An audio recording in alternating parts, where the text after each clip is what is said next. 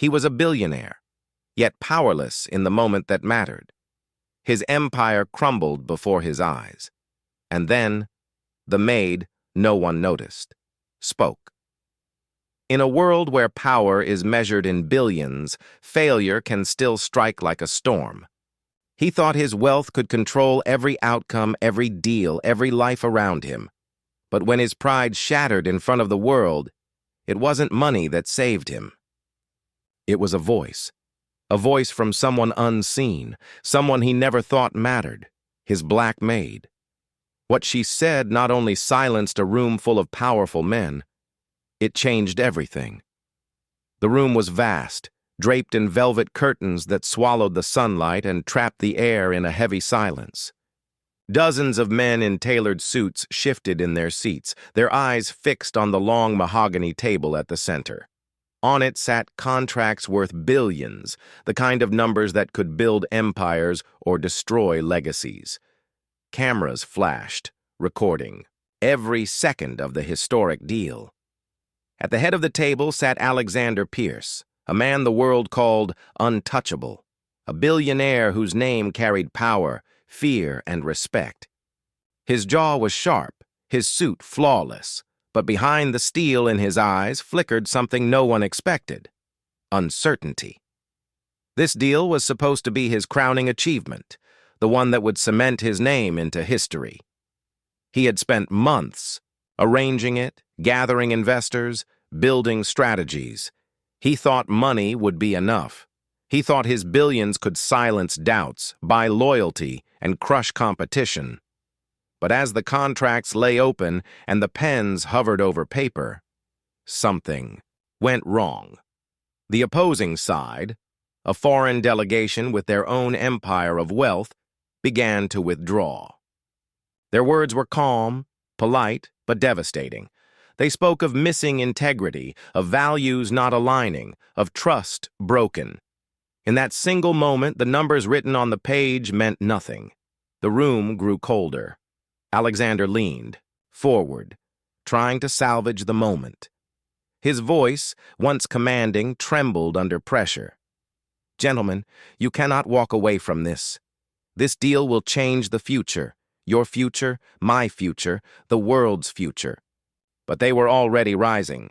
Chairs scraped against the polished floor. Papers were shoved back across the table. The investors who had followed Alexander began exchanging worried glances. Billions were slipping through his hands like sand in an hourglass. He tried again, louder this time. "You don't understand. You're making a mistake." No one listened, and in the back of the room, near the edge where no one looked twice, stood her. A woman dressed in a simple black and white uniform. Her hands were folded neatly in front of her. Her gaze, steady but silent, took in everything. Her name was Grace. To the world, she was invisible. Just a maid, a figure who carried trays, poured coffee, and polished floors, while powerful men rewrote history above her head. But in that room, as Alexander Pierce, the billionaire who thought himself untouchable, began to unravel, Grace saw something no one else could. She saw fear. She saw pride breaking. She saw a man who, despite his billions, was drowning in silence. The deal collapsed in front of everyone. The delegation left without a handshake, without a signature. The room emptied until only Alexander remained, shoulders hunched, his fists clenched against the table. The cameras stopped flashing. The air was still, and Grace, for the first time in her years of service, stepped forward. Her voice was soft, almost hesitant at first. "Sir, may I say something?" Alexander looked up, startled. He had forgotten she was even there. His eyes, red with frustration, narrowed. "What could you possibly say, Grace? You clean floors. You serve tea. You don't understand what just happened." But there was something in her tone, something steady, something unshaken by billions or titles, that made him pause. Grace didn't flinch. She didn't look away. "With respect, sir, I understand more than you think. You didn't lose because of money. You lost because of trust. And trust is not built with contracts or numbers. It's built with truth. Her words hung in the air like thunder. Alexander's lips parted, but no sound came. For the first time in his life, a billionaire who thought money could buy the world had no answer. Grace continued, her voice gaining strength. They didn't walk away because you lacked billions. They walked away because you lacked sincerity. If you want to win them back, you don't need to speak to their wallets. You need to speak to their hearts. The silence in the room deepened. Even the ticking of the grand clock on the wall seemed to stop. Alexander leaned back slowly, his breathing uneven. He studied Grace, really studied her, perhaps for the first time. She wasn't dressed in power. She had no wealth, no reputation. And yet, her words cut deeper than any deal-maker's speech he had ever heard. For a man who built his empire on the illusion that money was everything, this was the first crack in his armor. Grace stepped back, bowing her head slightly, as if realizing she had overstepped. But it was too late. The words had been spoken. The truth had been planted, Alexander whispered under his breath, more to himself than to her. Billions meant nothing until you spoke. And that moment was only the beginning. The silence after Grace's words stretched on like an eternity. Alexander Pierce, the billionaire who commanded boardrooms with a glance, who bent markets with a signature, sat frozen. His hands, once steady in the face of billion-dollar negotiations, now trembled faintly against the polished table. For years he had silenced voices that opposed him. Competitors, journalists, even partners who questioned him, all were swept aside by the force of his wealth. Yet now, in the stillness of a broken deal, a maid's voice echoed in his mind, louder than the sound of collapsing empires. He replayed her words again and again. You didn't lose because of money. You lost because of trust. The sting cut deeper than any financial loss. Money he could replace. Reputation he could rebuild. But trust was something he hadn't considered in years. Trust was something he thought could be bought like another property, another company, another signature. His chest tightened. For the first time in a long time, Alexander felt something he despised: vulnerability. Grace, realizing the weight of her interruption, tried to step back into the shadows. She reached for the tray she had set aside earlier, as though reminding herself of her place. But Alexander's voice stopped her. Grace, he said, low and rough. She turned slowly, uncertain, his eyes locked on hers. Say more. The words shocked her. In all the years she had worked in his mansion, in his offices, in his endless conferences, he had never asked her opinion. She was background, invisible, the kind of presence that filled space but never commanded it. And yet now, in his greatest moment of weakness, he wanted her voice. Grace hesitated. Sir, I don't think... No. His tone sharpened, but not with anger, with desperation. I need to hear it. You saw something I didn't. Tell me. The room, still heavy with the ghost of failure, shifted. The few staff members, lingering on the edges, the assistants who hadn't dared move, looked toward Grace with disbelief. She swallowed hard, then drew in a breath. They didn't leave because the numbers weren't right. They left because they didn't believe you. Every word you said sounded rehearsed, polished, perfect on the surface, but empty underneath.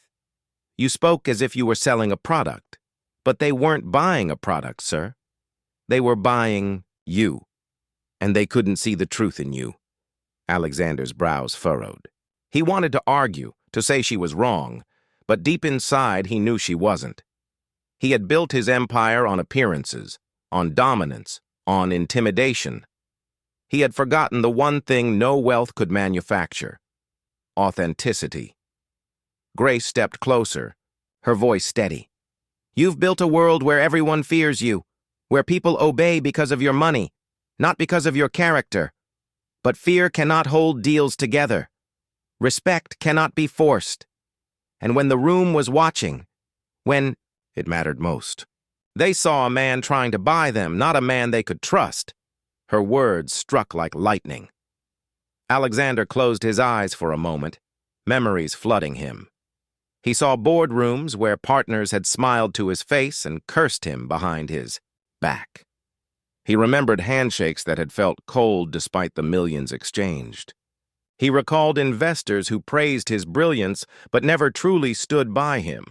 It was all a facade, and now it had shattered. When he opened his eyes again, something was different. His arrogance, though not gone, had been cracked. His gaze softened, just enough to reveal the man beneath the billionaire mask. "Grace," he whispered, his voice almost fragile. "Do you know what you're saying?" She nodded calmly. "Yes, sir, because I've seen it. Every time you walk into a room, people look at you with power in their eyes, but never warmth. And in today's meeting, that's what they were, searching for warmth, humanity, not billions." Her words settled over him like an unfamiliar cloak. For a man who had always worn armor of steel and pride, it felt almost unbearable. Yet he could not deny it. Finally, he exhaled. "Then tell me, what do I do now?" Grace's eyes widened slightly. She hadn't expected that question. The richest man she had ever known, the man who owned skyscrapers and yachts, the man who paid her wages without noticing the sum, was now asking her for direction.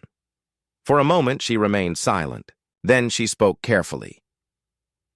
"If you want to win them back, you must speak not with your billions, but with your truth.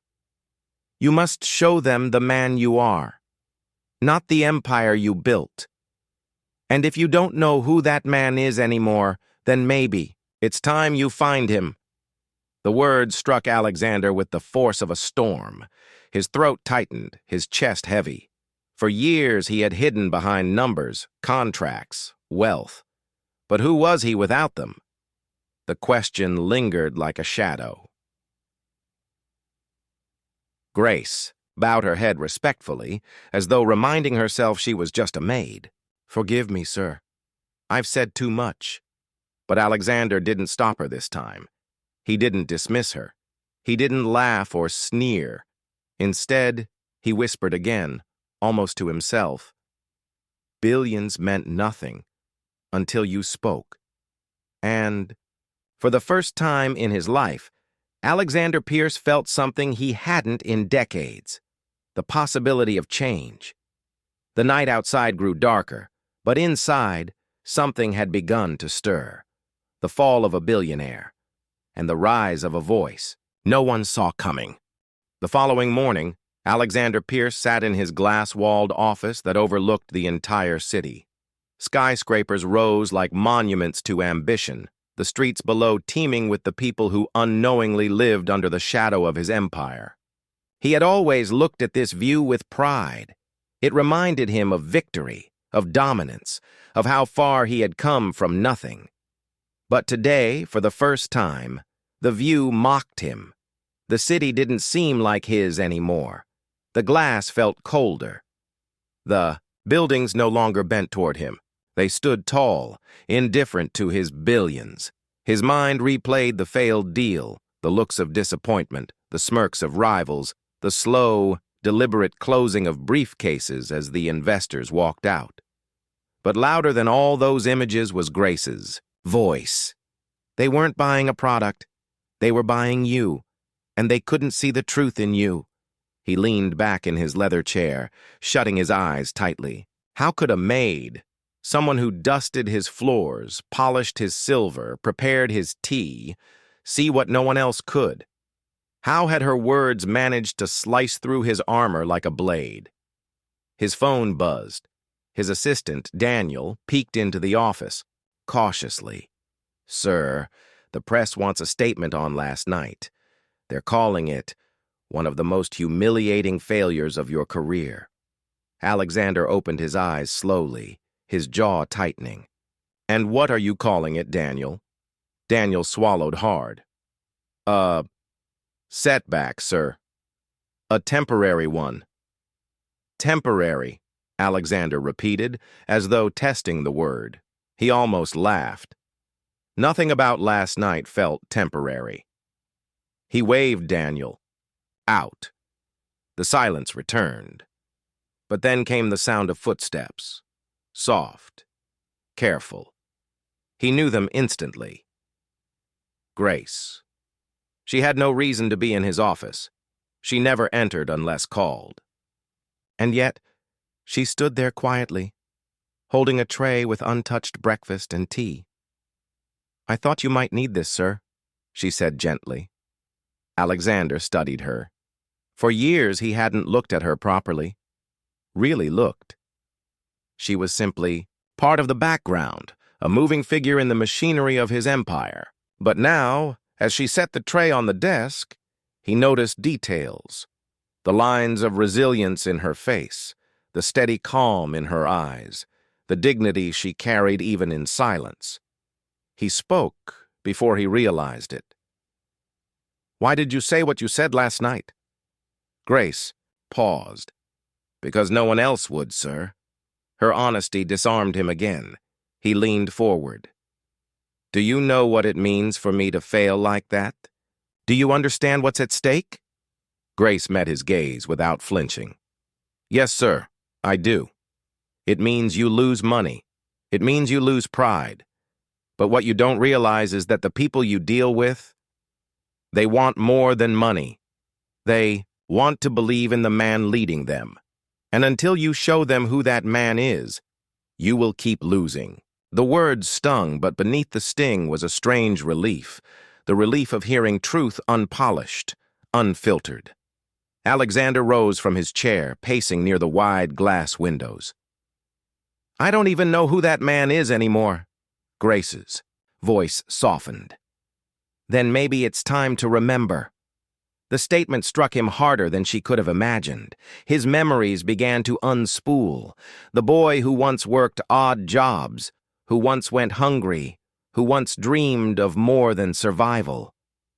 The man who swore he'd never be powerless again.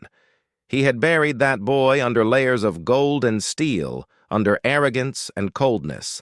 But now, Grace's words had dug him up again. Alexander turned back toward her.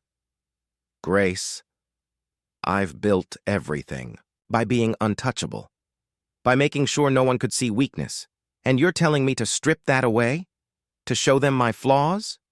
She nodded. "Yes, sir. Because weakness isn't always weakness. Sometimes it's the only thing that makes people trust you." He laughed bitterly. "Trust. That word again." "Yes," Grace said firmly. "Because without it, sir, billions mean nothing." The phrase hit him like thunder, the very title of his failure. The very truth he had denied his whole life. A knock interrupted the moment. Daniel entered again, hesitant. "Sir, the investors you lost last night. Some of them are willing to meet one more time, but they want to hear something different from you. Something real." Alexander's pulse quickened. This was it. The chance to repair, to rebuild, to face the storm again. But how? He glanced at Grace. For a moment, he almost asked her to leave, to step back into the shadows where she had always belonged. But then, something stopped him. Instead, he said softly, "Stay." Grace blinked in surprise, but remained still. Alexander straightened his suit, his heart pounding. "Daniel, schedule the meeting. Today. No speeches, no scripts, just me." Daniel nodded, shocked but obedient. He left, the door closing behind him. Now it was just Alexander and Grace. He looked at her, truly looked at her. "You'll be there, too." Grace's eyes widened. "Me, sir? At the table?" Yes, Alexander said. His voice was firm now. Because last night, when I had everything, I lost it. And you, with nothing, gave me back what mattered. If I'm going to stand in that room again, I need the voice that silenced me first. Grace hesitated, torn between disbelief and duty. She was a maid, not a partner, not an advisor. Yet the billionaire was asking her to stand beside him, not behind him. Finally, she nodded. If that's what you want, sir. Alexander's lips curled into the faintest smile. It's what I need. And for the first time in his life, he wasn't ashamed to admit it. The stage was being set again. The world would watch. But this time, Alexander Pierce wouldn't walk into that room alone. This time, the maid who had spoken truth into his failure would stand at his side. His conference room was the same. Long, polished oak table, floor-to-ceiling windows spilling sunlight over the city, crystal water glasses aligned like soldiers, and at the center, the chair where power sat. But today, it felt different. Alexander. Pierce stood at the doorway for a moment, staring at the scene as if it were a battlefield. Around the table sat men and women of power, investors, magnates, decision-makers who controlled billions with the flick of a pen.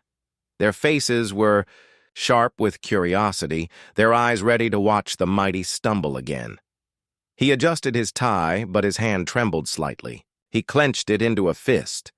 Beside him, Grace walked quietly, dressed in a simple but neat attire. Not a uniform this time. She had refused to wear it for this moment. When she entered, whispers rippled across the table. "Is that his maid?" someone murmured. Another chuckled under their breath. "Pierce is desperate enough to bring a servant to the table now?" Alexander heard it all. Every word stung. Every laugh burned. But for once, he didn't hide behind arrogance. He let them laugh because this time he wasn't alone. Daniel leaned close and whispered, "Sir, maybe it's better if she waits outside. They won't take her seriously." Alexander's jaw set. He spoke low but firm. "If they don't take her seriously, then they won't take me seriously either. She stays."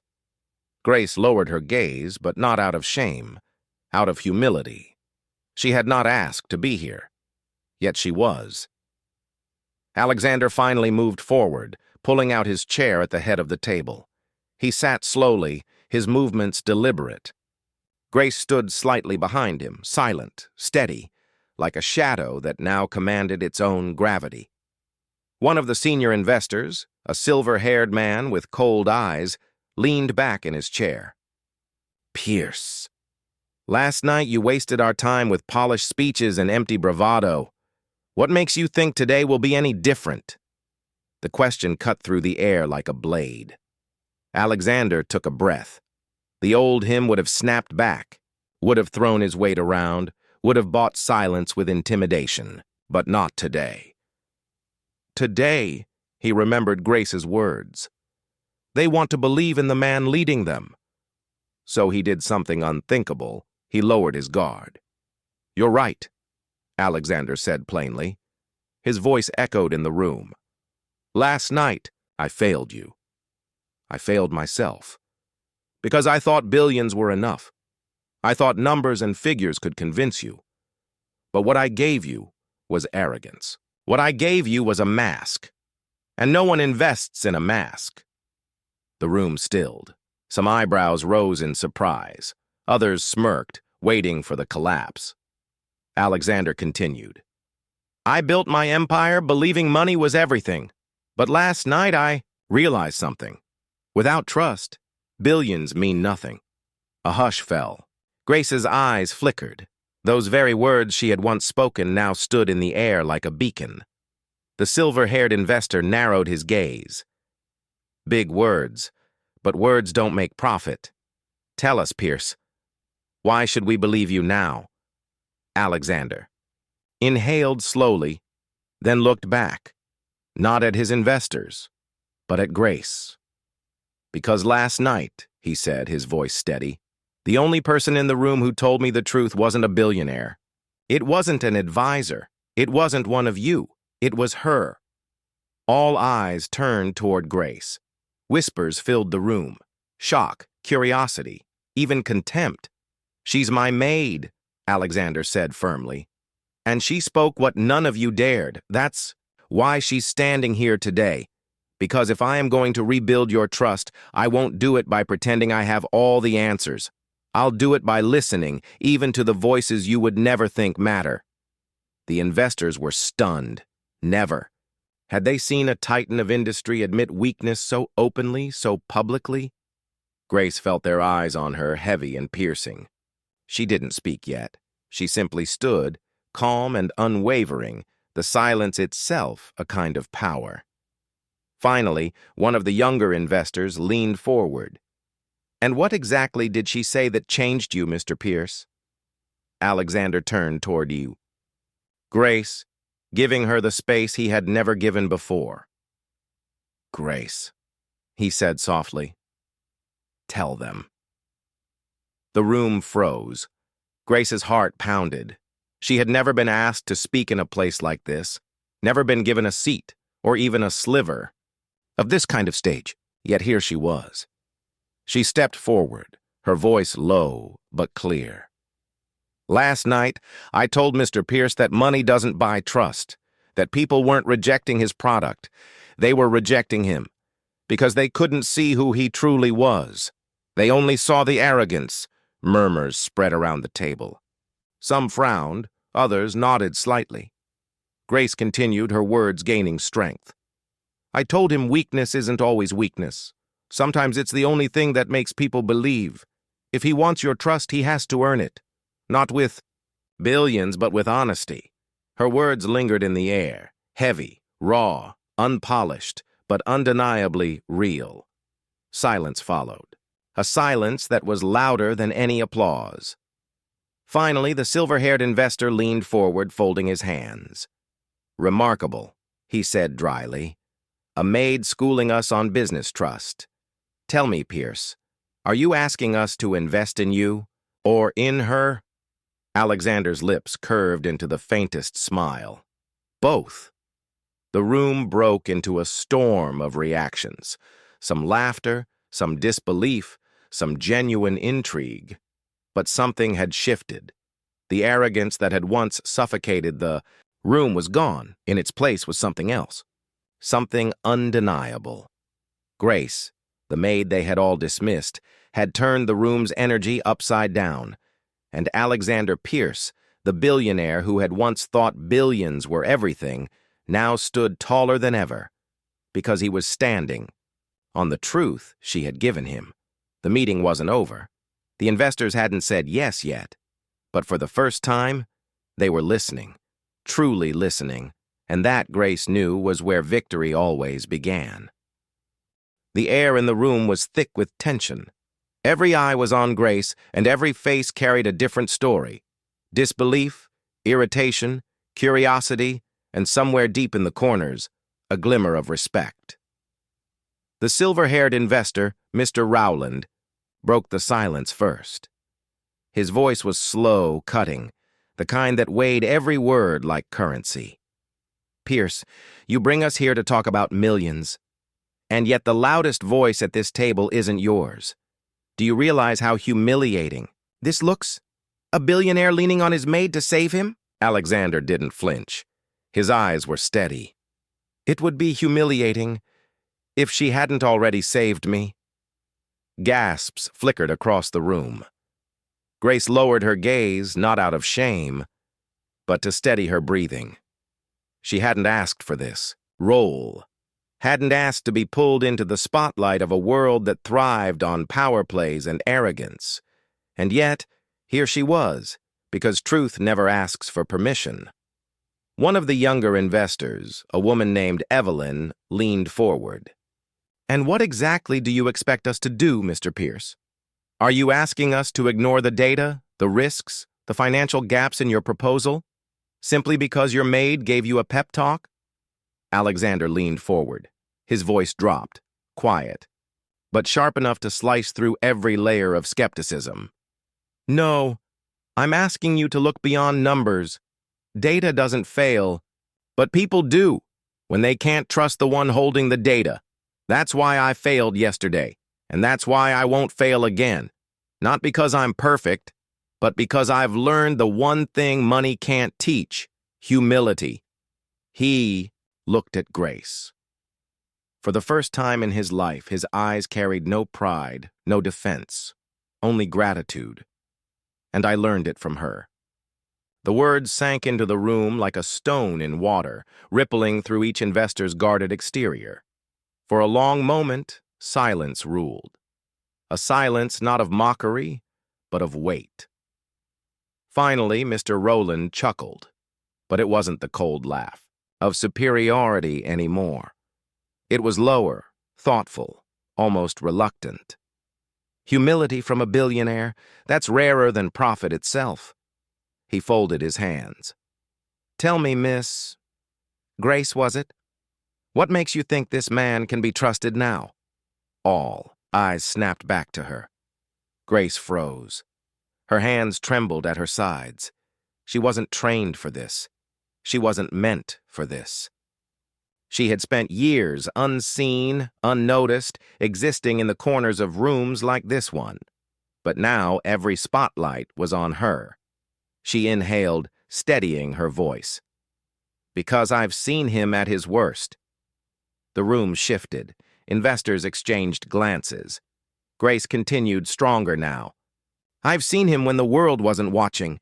Arrogant, careless, convinced that money could fix everything.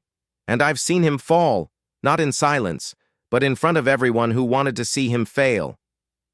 Her words cut deeper than any polished presentation, and yet, she added, her voice softening, I've also seen something none of you have. I've seen him listen. Truly listen. Not to another billionaire, not to a boardroom, but to me. A maid. Someone with nothing to offer him. And that's how I know. If he can humble himself to hear truth from me, then he can humble himself to earn back your trust. The silence after her words was electric. For the first time, no one dared laugh. No one whispered. No one sneered. Because the room knew, deep down, that she wasn't speaking to save Alexander. She was speaking truth itself. Evelyn, the younger investor, leaned back in her chair. Her sharp expression had softened. Sometimes it takes the lowest voice in the room to say what the rest of us refuse to admit. Another investor nodded, slowly. She's right. Arrogance kills more deals than numbers ever do. The tide was turning. Mr. Rowland tapped his fingers on the table. So, let me see if I understand this. You're asking us to believe in a man who failed us yesterday because today he stands before us, broken but honest? Alexander didn't hesitate. Yes. The room held its breath. Rowland studied him for a long, grueling moment. Then, with a faint smirk, he pushed a document across the table. Then let's see if your humility pays off. Alexander's eyes widened. It was the contract, the very deal he had failed to secure the day before. Rowland's voice was calm, but laced with weight. You have one shot, Pierce. Don't make us regret it. The room erupted, not in chaos, but in movement. Investors signing, papers sliding, pens scratching. It was done. Alexander Pierce had closed the deal, but this time it wasn't billions that won it. It was Grace. The investors rose, filing out of the room with quiet chatter. Some glanced at Grace as they passed, not with mockery, but with something else entirely: respect. When the room finally emptied, Alexander turned to her. His voice cracked with something he hadn't felt in years. Gratitude. Grace, he whispered, I built an empire with billions. But today, you gave me something no amount of money could buy. She looked at him, her calm eyes steady. I only gave you the truth, sir. You chose to listen. For the first time in his life, Alexander Pierce extended his hand. Not as a billionaire to a maid, but as a man to another human being. Grace hesitated, then shook it. And in that moment, the billionaire and the maid stood as equals. The city stretched beyond the glass windows, lights flickering like stars. Deals would come and go, billions would rise and fall, but the words spoken in that room would never be forgotten. Because, at the end of it all, Grace had proven one thing: billions meant nothing until the truth was spoken.